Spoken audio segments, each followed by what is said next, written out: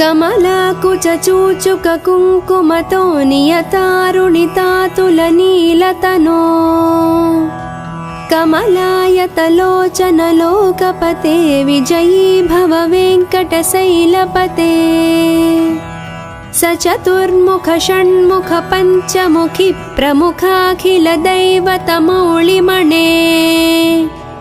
शरणागतवत्सल सारनिधे परिपालय मां वृषशैलपते अतिवेलतया तव दुर्विषहैरनुवेलकृतैरपराधशतैः भरितं त्वरितं वृषशैलपते परया कृपया परिपाहि हरे अधिवेङ्कटशैलमुदारमतेर्जनताभिमताधिकदानरतात् परदेवतया गदितानि गमैः कमलादयितान्न परं कलये कलवेणुरवावस गोपवधू शतकोटिवृतात् स्मरकोटिसमात् प्रतिपल्लविकाभिमतात् सुखदात् वसुदेवसुतान्न परं कलये अभिरामगुणाकरदासरथे जगदेकधनुर्धर धीरमते रघुनायक राम रमेश विभो वरदो भवदेवदया जलधे अवनीतनया कमनीयकरं रजनीकरचारुमुखाम्बुरुहम् रजनीकरराजतमो मिहिरं महनीयमहं रघुराममये सुमुखं सुहृदं सुलभं सुखदं स्वनुजं च सुखाय ममोघसरम् अपहाय रघुद्वयमन्यमहं न कथञ्चन कञ्चन जातु भजे विना वेङ्कटेशं ननाथो ननाद सदा वेङ्कटेशं स्मरामि स्मरामि हरे वेङ्कटेश प्रसीद प्रसीद प्रिय वेङ्कटेश प्रयच्छ प्रयच्छ अहं दूरदस्ते पदाम्भोजयुग्म प्रणामेच्छयागत्य सेवां करोमि सकृत्सेवया नित्यसेवाफलं त्वं प्रयच्छ प्रयच्छ प्रभो वेङ्कटेश अज्ञानिना मया दोषान् अशेषान् निह्वितान् हरे क्षमस्वत्वं क्षमस्वत्वं शेषशैलशिखामणे अज्ञानिना मया दोषान् अशेषान् निह्वितान् हरे क्षमस्वत्वं क्षमस्वत्वं शेषशैलशिखामणे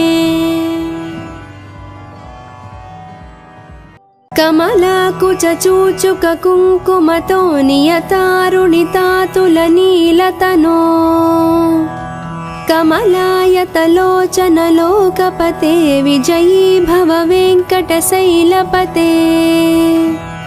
स चतुर्मुख षण्मुख पञ्चमुखी प्रमुखाखिलदैवतमौलिमणे शरणागतवत्सल सारनिधे परिपालय मां वृषशैलपते अतिवेलतया तव दुर्विषहैरनुवेलकृतैरपराधशतैः भरितं त्वरितं वृषशैलपते परया कृपया परिपाहि हरे अधिवेङ्कटशैलमुदारमतेर्जनताभिमताधिकदानरतात् परदेवतया गदितानि गमैः कमलादयितान्न परं कलये कलवेणुरवावस गोपवधू शतकोटिवृतात् स्मरकोटिसमात् प्रतिपल्लविकाभिमतात् सुखदात् वसुदेवसुतान्न परं कलये अभिरामगुणाकरदासरथे जगदेकधनुर्धर धीरमते रघुनायक राम रमेश विभो वरदो भवदेवदया जलधे अवनीतनया कमनीयकरं रजनीकरचारुमुखाम्बुरुहम् रजनीकरराजतमो मिहिरं महनीयमहं रघुराममये सुमुखं सुहृदं सुलभं सुखदं स्वनुजं च सुखाय ममोघसरम् अपहाय रघुद्वयमन्यमहं न कथञ्चन कञ्चन जातु भजे विना वेङ्कटेशं ननाथो ननाद सदा वेङ्कटेशं स्मरामि स्मरामि हरे वेङ्कटेश प्रसीद प्रसीद प्रिय वेङ्कटेश प्रयच्छ प्रयच्छ अहं दूरदस्ते पदाम्भोजयुग्म प्रणामेच्छयागत्य सेवां करोमि सकृत्सेवया नित्यसेवाफलं त्वं प्रयच्छ प्रयच्छ प्रभो वेङ्कटेश अज्ञानिना मया दोषान् अशेषानिह्वितान् हरे क्षमस्वत्वं क्षमस्वत्वं शेषशैलशिखामणे अज्ञानिना मया दोषान् अशेषानिह्वितान् हरे क्षमस्वत्वं क्षमस्वत्वं शेषशैलशिखामणे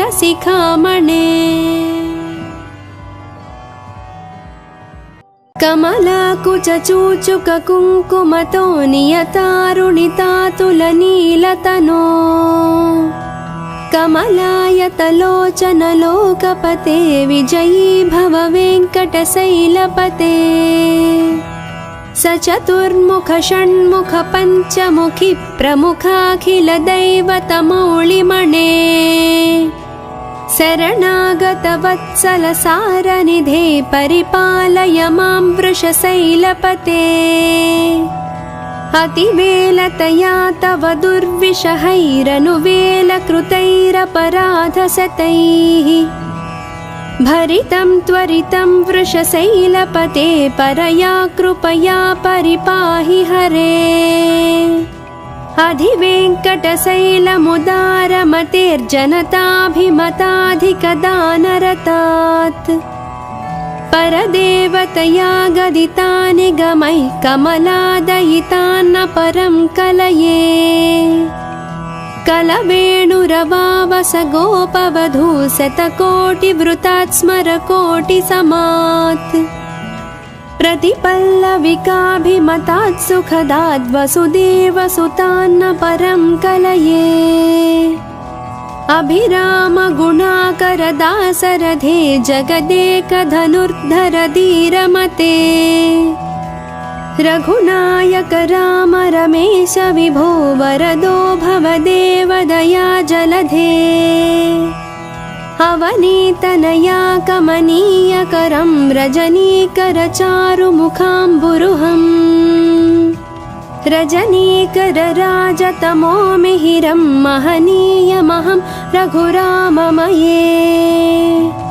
सुमुखं सुहृदं सुलभं सुखदं स्वनुजं च सुखाय ममोघसरम् अपहाय रघुद्वयमन्यमहं न कथञ्चन कञ्चन जातु भजे विना वेङ्कटेशं ननाथो ननाद सदा वेङ्कटेशं स्मरामि स्मरामि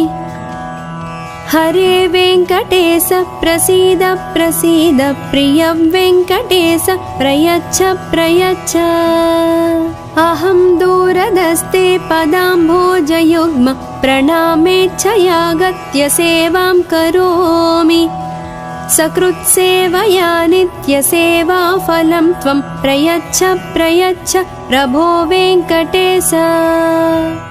अज्ञानिना मया दोषान् अशेषानिह्वितान् हरे क्षमस्वत्वं क्षमस्वत्वं शेषशैलशिखामणे अज्ञानिना मया दोषान् अशेषानिह्वितान् हरे क्षमस्वत्वं क्षमस्वत्वं शेषशैलशिखामणे।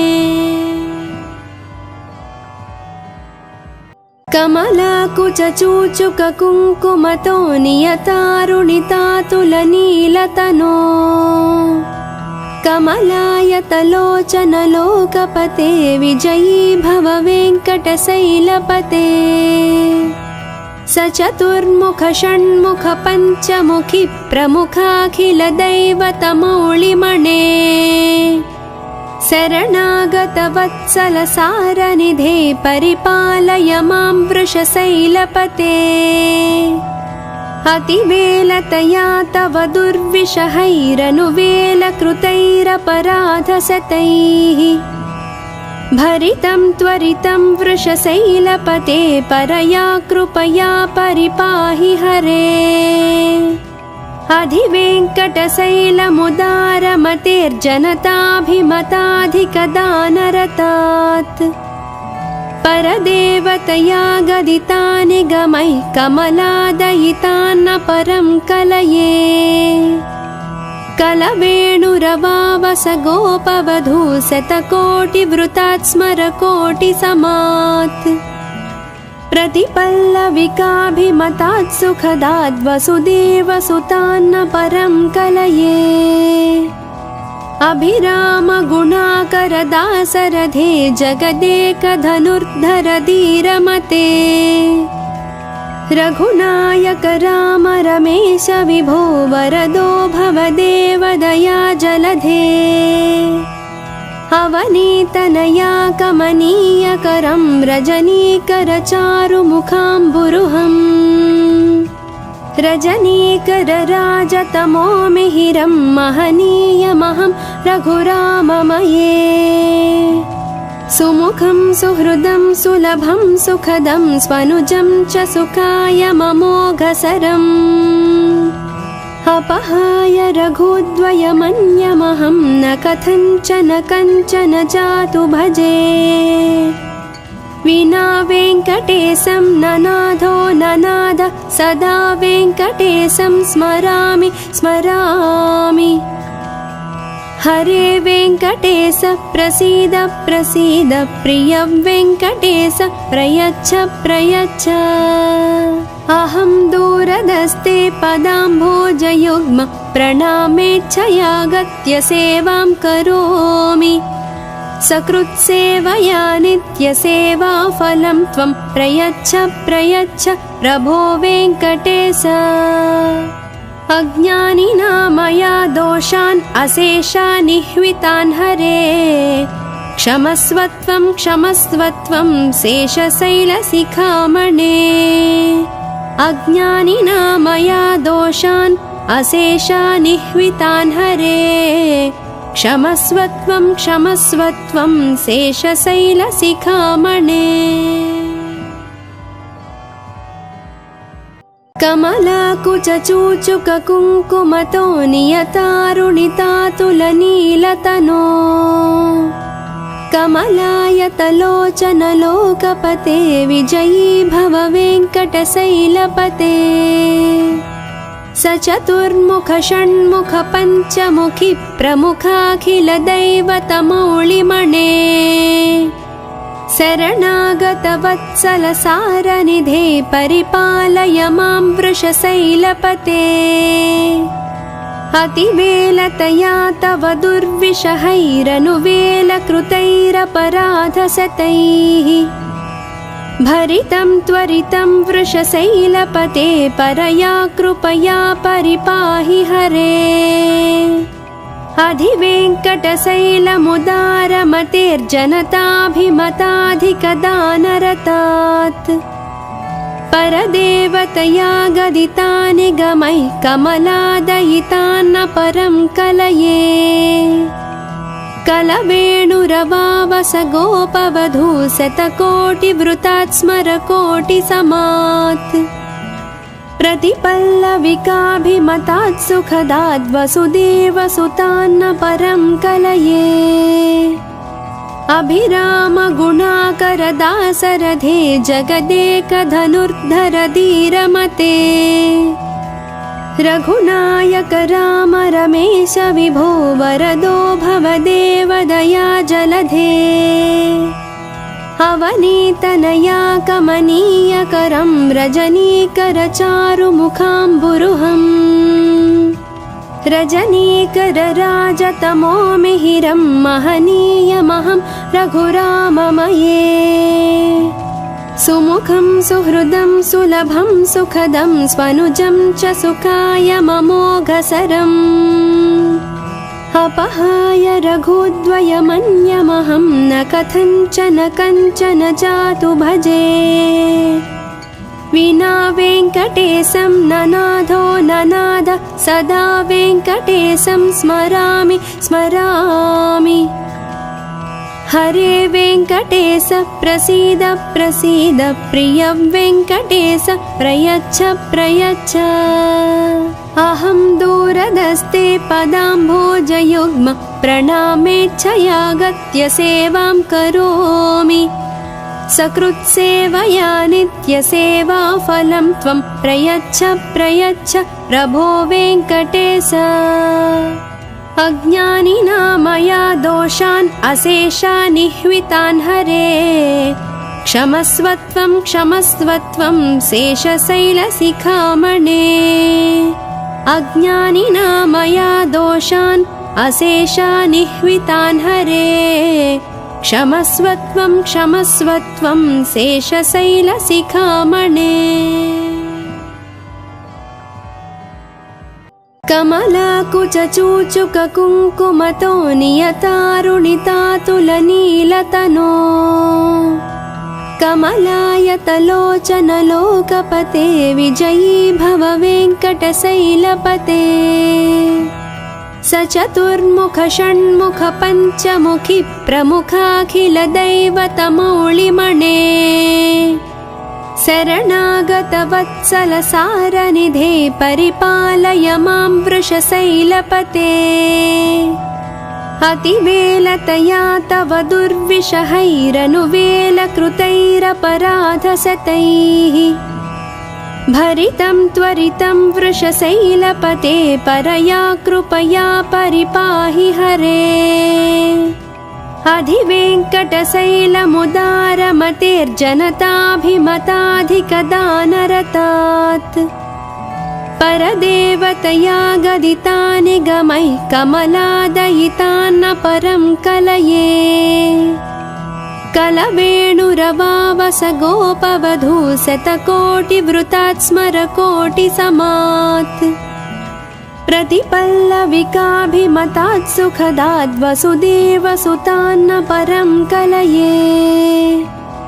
अभिरामगुणाकरदासरथे जगदेकधनुर्धर धीरमते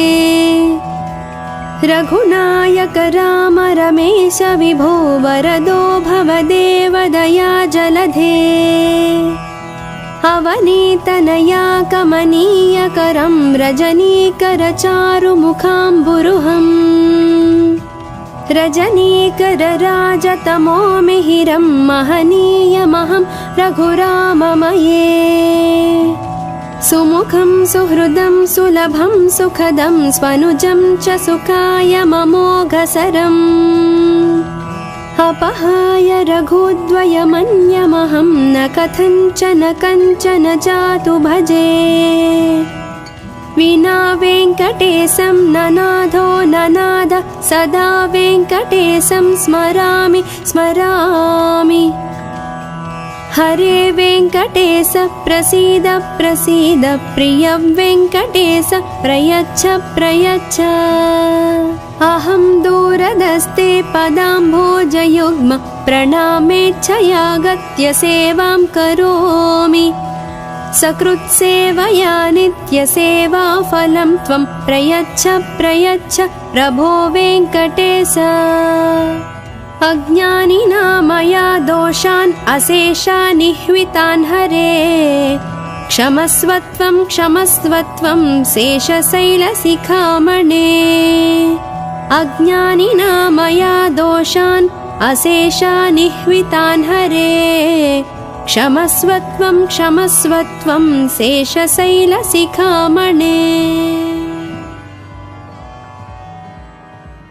कमलाकुचूचुककुङ्कुमतो नियतारुणितातुलनीलतनो कमलायतलोचनलोकपते विजयी भव वेङ्कटशैलपते सचतुर्मुख षण्मुख पञ्चमुखि प्रमुखाखिलदैवतमौलिमणे शरणागतवत्सलसारनिधे परिपालय मां वृषशैलपते अतिवेलतया तव दुर्विषहैरनुवेलकृतैरपराधशतैः भरितं त्वरितं वृषशैलपते परया कृपया परिपाहि हरे अधिवेङ्कटशैलमुदारमतेर्जनताभिमताधिकदानरतात् परदेवतया गदितानि गमैः कमलादयितान्न परं कलये कलवेणुरवावस गोपवधू शतकोटिवृतात् स्मरकोटिसमात् प्रतिपल्लविकाभिमतात् सुखदाद् वसुदेवसुतान्न परं कलये अभिराम गुणाकरदासरथे जगदेकधनुर्धर धीरमते रघुनायक राम रमेश विभो वरदो भवदेव दया जलधे अवनीतनया कमनीयकरं रजनीकरचारुमुखाम्बुरुहम् रजनीकरराजतमो मिहिरं महनीयमहं रघुराममये सुमुखं सुहृदं सुलभं सुखदं स्वनुजं च सुखायममोघसरम् अपहाय रघुद्वयमन्यमहं न कथञ्चन कञ्चन जातु भजे विना वेङ्कटेशं ननाथो ननाद सदा वेङ्कटेशं स्मरामि स्मरामि हरे वेङ्कटेश प्रसीद प्रसीद प्रिय वेङ्कटेश प्रयच्छ प्रयच्छ अहं दूरदस्ते पदाम्भोजयुग्म प्रणामेच्छयागत्य सेवां करोमि सकृत्सेवया नित्यसेवाफलं त्वं प्रयच्छ प्रयच्छ प्रभो वेङ्कटेश अज्ञानिना मया दोषान् अशेषानिह्वितान् हरे क्षमस्वत्वं क्षमस्वत्वं शेषशैलशिखामणे अज्ञानिना मया दोषान् अशेषानिह्वितान् हरे क्षमस्वत्वं क्षमस्वत्वं शेषशैलशिखामणे कमलाकुचूचुककुङ्कुमतो नियतारुणितातुलनीलतनो कमलायतलोचनलोकपते विजयी भव वेङ्कटशैलपते सचतुर्मुख षण्मुख पञ्चमुखि प्रमुखाखिलदैवतमौलिमणे शरणागतवत्सलसारनिधे परिपालय मां वृषशैलपते अतिवेलतया तव दुर्विषहैरनुवेलकृतैरपराधशतैः भरितं त्वरितं वृषशैलपते परया कृपया परिपाहि हरे अधिवेङ्कटशैलमुदारमतेर्जनताभिमताधिकदानरतात् परदेवतया गदितानि गमैः कमलादयितान्न परं कलये कलवेणुरवावस गोपवधू शतकोटिवृतात् स्मरकोटिसमात् प्रतिपल्लविकाभिमतात् सुखदाद् वसुदेवसुतान्न परं कलये अभिराम गुणाकरदासरथे जगदेकधनुर्धर धीरमते रघुनायक राम रमेश विभो वरदो भवदेव दया जलधे अवनीतनया कमनीयकरं रजनीकरचारुमुखाम्बुरुहम् रजनीकरराजतमो मिहिरं महनीयमहं रघुराममये सुमुखं सुहृदं सुलभं सुखदं स्वनुजं च सुखाय ममोघसरम् अपहाय रघुद्वयमन्यमहं न कथञ्चन कञ्चन जातु भजे विना वेङ्कटेशं ननाथो ननाद सदा वेङ्कटेशं स्मरामि स्मरामि हरे वेङ्कटेश प्रसीद प्रसीद प्रिय वेङ्कटेश प्रयच्छ प्रयच्छ अहं दूरदस्ते पदाम्भोजयुग्म प्रणामेच्छयागत्य सेवां करोमि सकृत्सेवया नित्यसेवाफलं त्वं प्रयच्छ प्रयच्छ प्रभो वेङ्कटेश अज्ञानिना मया दोषान् अशेषानिह्वितान् हरे क्षमस्वत्वं क्षमस्वत्वं शेषशैलशिखामणे अज्ञानिना मया दोषान् अशेषानिह्वितान् हरे क्षमस्वत्वं क्षमस्वत्वं शेषशैलशिखामणे कमलाकुचूचुककुङ्कुमतो नियतारुणितातुलनीलतनो कमलायतलोचनलोकपते विजयी भव वेङ्कटशैलपते सचतुर्मुख षण्मुख पञ्चमुखि प्रमुखाखिलदैवतमौलिमणे शरणागतवत्सलसारनिधे परिपालय मां वृषशैलपते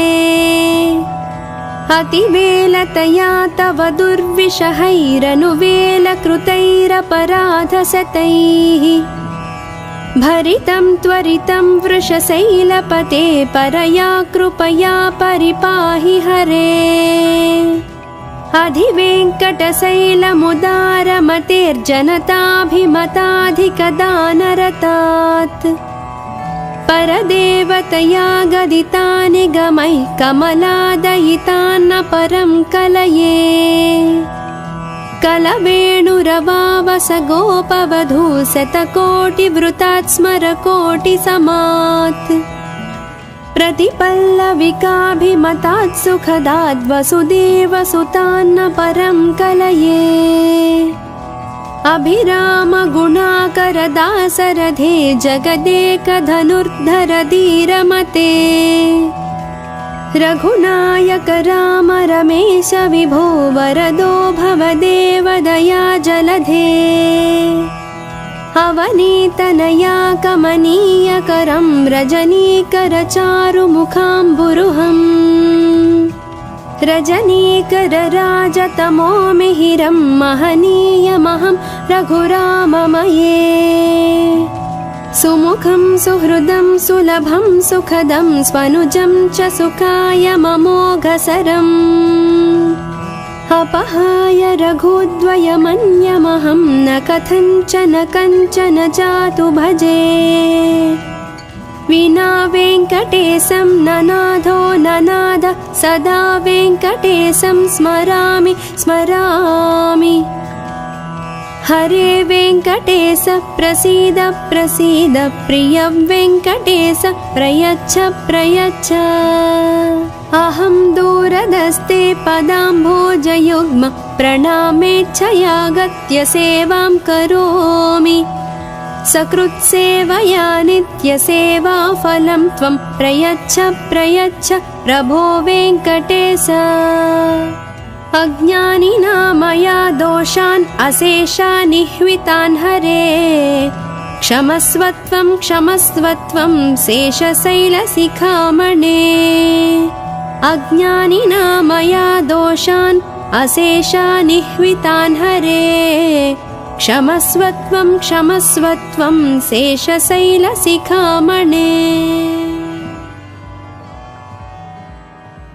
कमलाकुचूचुककुङ्कुमतो नियतारुणितातुलनीलतनो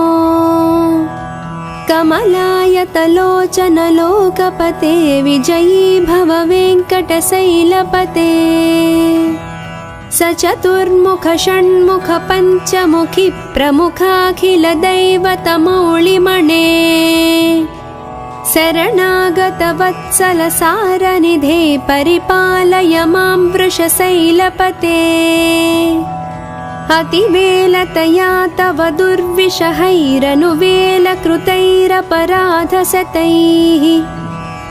भरितं त्वरितं वृषशैलपते परया कृपया परिपाहि हरे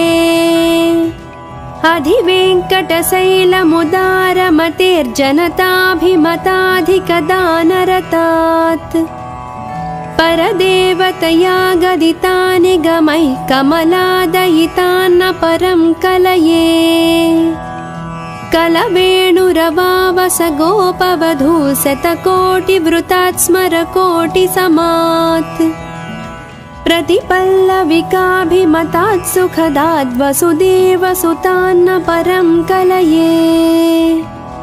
अभिरामगुणाकरदासरथे जगदेकधनुर्धर धीरमते रघुनायक राम रमेश विभो वरदो भवदेवदया जलधे अवनीतनया कमनीयकरं रजनीकरचारुमुखाम्बुरुहम् रजनीकरराजतमो मिहिरं महनीयमहं रघुराममये सुमुखं सुहृदं सुलभं सुखदं स्वनुजं च सुखाय ममोघसरम् अपहाय रघुद्वयमन्यमहं न कथञ्चन कञ्चन जातु भजे विना वेङ्कटेशं ननाथो ननाद सदा वेङ्कटेशं स्मरामि स्मरामि हरे वेङ्कटेश प्रसीद प्रसीद प्रिय वेङ्कटेश प्रयच्छ प्रयच्छ अहं दूरदस्ते पदाम्भोजयुग्म प्रणामेच्छयागत्य सेवां करोमि सकृत्सेवया नित्यसेवाफलं त्वं प्रयच्छ प्रयच्छ प्रभो वेङ्कटेश अज्ञानिना मया दोषान् अशेषान् निह्वितान् हरे क्षमस्वत्वं क्षमस्वत्वं शेषशैलशिखामणे अज्ञानिना मया दोषान् अशेषान् निह्वितान् हरे क्षमस्वत्वं क्षमस्वत्वं शेषशैलशिखामणे कमलाकुचूचुककुङ्कुमतो नियतारुणितातुलनीलतनो कमलायतलोचनलोकपते विजयी भव वेङ्कटशैलपते स चतुर्मुख षण्मुख पञ्चमुखी प्रमुखाखिलदैवतमौलिमणे शरणागतवत्सलसारनिधे परिपालय मां वृषशैलपते अतिवेलतया तव दुर्विषहैरनुवेलकृतैरपराधशतैः भरितं त्वरितं वृषशैलपते परया कृपया परिपाहि हरे अधिवेङ्कटशैलमुदारमतेर्जनताभिमताधिकदानरतात् परदेवतया गदितानि गमैः कमलादयितान्न परं कलये कलवेणुरवावस गोपवधू शतकोटिवृतात् स्मरकोटिसमात् प्रतिपल्लविकाभिमतात् सुखदात् वसुदेवसुतान्न परं कलये अभिरामगुणाकरदासरथे जगदेकधनुर्धर धीरमते रघुनायक राम रमेश विभो वरदो भवदेवदया जलधे अवनीतनया कमनीयकरं रजनीकरचारुमुखाम्बुरुहम् रजनीकरराजतमो मिहिरं महनीयमहं रघुराममये सुमुखं सुहृदं सुलभं सुखदं स्वनुजं च सुखाय ममोघसरम् अपहाय रघुद्वयमन्यमहं न कथञ्चन कञ्चन जातु भजे विना वेङ्कटेशं ननाथो ननाद सदा वेङ्कटेशं स्मरामि स्मरामि हरे वेङ्कटेश प्रसीद प्रसीद प्रिय वेङ्कटेश प्रयच्छ प्रयच्छ अहं दूरदस्ते पदाम्भोजयुग्म प्रणामेच्छयागत्य सेवां करोमि सकृत्सेवया नित्यसेवाफलं त्वं प्रयच्छ प्रयच्छ प्रभो वेङ्कटेश अज्ञानिना मया दोषान् अशेषान् निह्वितान् हरे क्षमस्वत्वं क्षमस्वत्वं शेषशैलशिखामणे अज्ञानिना मया दोषान् अशेषान् निह्वितान् हरे क्षमस्वत्वं क्षमस्वत्वं शेषशैलशिखामणे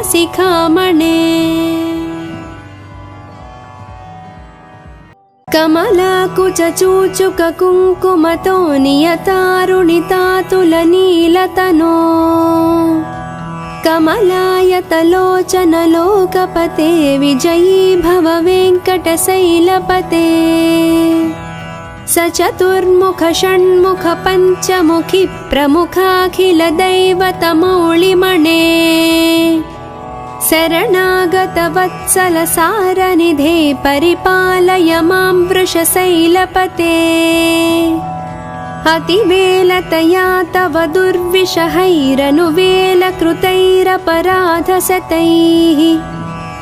भरितं त्वरितं वृषशैलपते परया कृपया परिपाहि हरे अधिवेङ्कटशैलमुदारमतेर्जनताभिमताधिकदानरतात् परदेवतया गदितानि गमैः कमलादयितान्न परं कलये कलवेणुरवावस गोपवधू शतकोटिवृतात् स्मरकोटिसमात् प्रतिपल्लविकाभिमतात् सुखदाद् वसुदेवसुतान्न परं कलये अभिराम गुणाकर दासरथे जगदेकधनुर्धर धीरमते रघुनायक राम रमेश विभो वरदो भवदेव दया जलधे अवनीतनया कमनीयकरं रजनीकरचारुमुखाम्बुरुहम् रजनीकरराजतमो मिहिरं महनीयमहं रघुराममये सुमुखं सुहृदं सुलभं सुखदं स्वनुजं च सुखाय ममोघसरम् अपहाय रघुद्वयमन्यमहं न कथञ्चन कञ्चन जातु भजे विना वेङ्कटेशं ननाथो ननाद सदा वेङ्कटेशं स्मरामि स्मरामि हरे वेङ्कटेश प्रसीद प्रसीद प्रिय वेङ्कटेश प्रयच्छ प्रयच्छ अहं दूरदस्ते पदाम्भोजयुग्म प्रणामेच्छयागत्य सेवां करोमि सकृत्सेवया नित्यसेवाफलं त्वं प्रयच्छ प्रयच्छ प्रभो वेङ्कटेश अज्ञानिना मया दोषान् अशेषान् निह्वितान् हरे क्षमस्वत्वं क्षमस्वत्वं शेषशैलशिखामणे अज्ञानिना मया दोषान् अशेषान् निह्वितान् हरे क्षमस्वत्वं क्षमस्वत्वं शेषशैलशिखामणे। कमलाकुचूचुककुङ्कुमतो नियतारुणितातुलनीलतनो कमलायतलोचनलोकपते विजयी भव वेङ्कटशैलपते सचतुर्मुख षण्मुख पञ्चमुखि प्रमुखाखिलदैवतमौलिमणे शरणागतवत्सलसारनिधे परिपालय मां वृषशैलपते अतिवेलतया तव दुर्विषहैरनुवेलकृतैरपराधशतैः भरितं त्वरितं वृषशैलपते परया कृपया परिपाहि हरे अधिवेङ्कटशैलमुदारमतेर्जनताभिमताधिकदानरतात् परदेवतया गदितानि गमैः कमलादयितान्न परं कलये कलवेणुरवावस गोपवधू शतकोटिवृतात् स्मरकोटिसमात् प्रतिपल्लविकाभिमतात् सुखदाद् वसुदेवसुतान्न परं कलये अभिरामगुणाकरदासरथे जगदेकधनुर्धर धीरमते रघुनायक राम रमेश विभो वरदो भवदेव दया जलधे अवनीतनया कमनीयकरं रजनीकरचारुमुखाम्बुरुहम् रजनीकरराजतमो मिहिरं महनीयमहं रघुराममये सुमुखं सुहृदं सुलभं सुखदं स्वनुजं च सुखाय ममोघसरम् अपहाय रघुद्वयमन्यमहं न कथञ्चन कञ्चन जातु भजे विना वेङ्कटेशं ननाथो ननाद सदा वेङ्कटेशं स्मरामि स्मरामि हरे वेङ्कटेश प्रसीद प्रसीद प्रिय वेङ्कटेश प्रयच्छ प्रयच्छ अहं दूरदस्ते पदाम्भोजयुग्म प्रणामेच्छयागत्य सेवां करोमि सकृत्सेवया नित्यसेवाफलं त्वं प्रयच्छ प्रयच्छ प्रभो वेङ्कटेश अज्ञानिना मया दोषान् अशेषान् निह्वितान् हरे क्षमस्वत्वं क्षमस्वत्वं शेषशैलशिखामणे अज्ञानिना मया दोषान् अशेषान् निह्वितान् हरे क्षमस्वत्वं क्षमस्वत्वं शेषशैलशिखामणे कमलाकुचूचुककुङ्कुमतो नियतारुणितातुलनीलतनो कमलायतलोचनलोकपते विजयी भव वेङ्कटशैलपते सचतुर्मुख षण्मुख पञ्चमुखि प्रमुखाखिलदैवतमौलिमणे शरणागतवत्सलसारनिधे परिपालय मां वृषशैलपते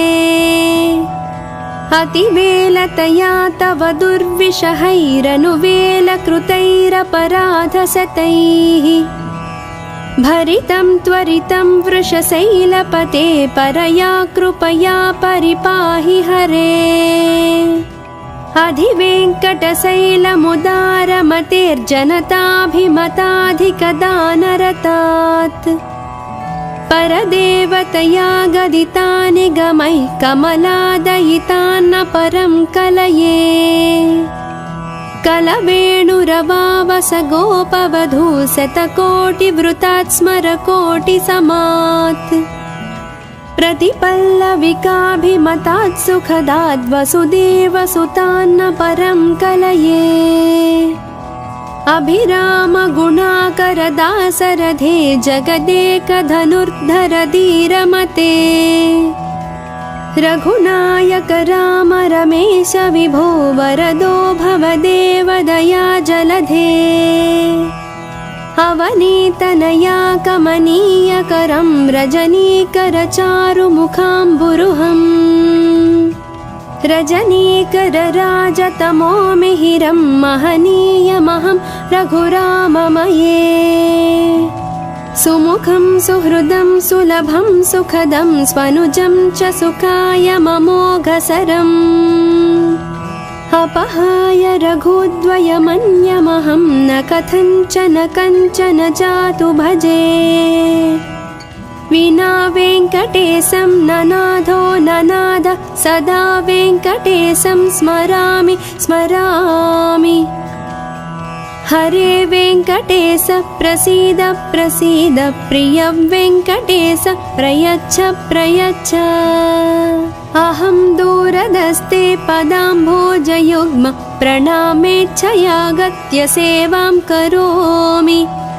सकृत्सेवया नित्यसेवाफलं त्वं प्रयच्छ प्रयच्छ प्रभो वेङ्कटेश अज्ञानिना मया दोषान् अशेषानिह्वितान् हरे क्षमस्वत्वं क्षमस्वत्वं शेषशैलशिखामणे अज्ञानिना मया दोषान् अशेषानिह्वितान् हरे क्षमस्वत्वं क्षमस्वत्वं शेषशैलशिखामणे कमलाकुचूचुककुङ्कुमतो नियतारुणितातुलनीलतनो कमलायतलोचनलोकपते विजयी भव वेङ्कटशैलपते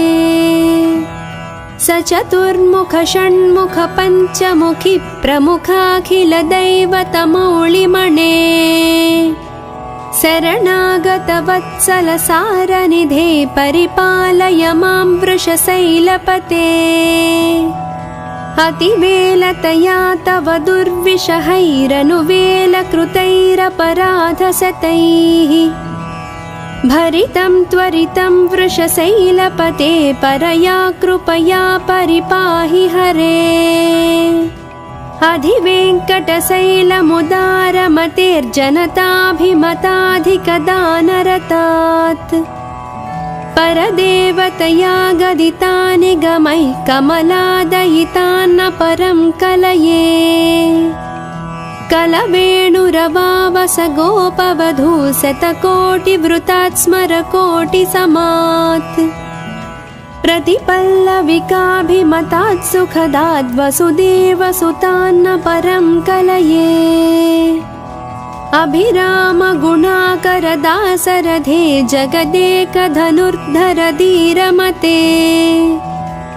रघुनायक राम रमेश विभो वरदो भवदेव दया जलधे अवनीतनया कमनीयकरं रजनीकरचारुमुखाम्बुरुहम् रजनीकरराजतमो मिहिरं महनीयमहं रघुराममये सुमुखं सुहृदं सुलभं सुखदं स्वनुजं च सुखायममोघसरम् अपहाय रघुद्वयमन्यमहं न कथञ्चन कञ्चन जातु भजे विना वेङ्कटेशं ननाथो ननाद सदा वेङ्कटेशं स्मरामि स्मरामि हरे वेङ्कटेश प्रसीद प्रसीद प्रिय वेङ्कटेश प्रयच्छ प्रयच्छ अहं दूरदस्ते पदाम्भोजयुग्म प्रणामेच्छयागत्य सेवां करोमि सकृत्सेवया नित्यसेवाफलं त्वं प्रयच्छ प्रयच्छ प्रभो वेङ्कटेश अज्ञानिना मया दोषान् अशेषानिह्वितान् हरे क्षमस्वत्वं क्षमस्वत्वं शेषशैलशिखामणे अज्ञानिना मया दोषान् अशेषानिह्वितान् हरे क्षमस्वत्वं क्षमस्वत्वं शेषशैलशिखामणे।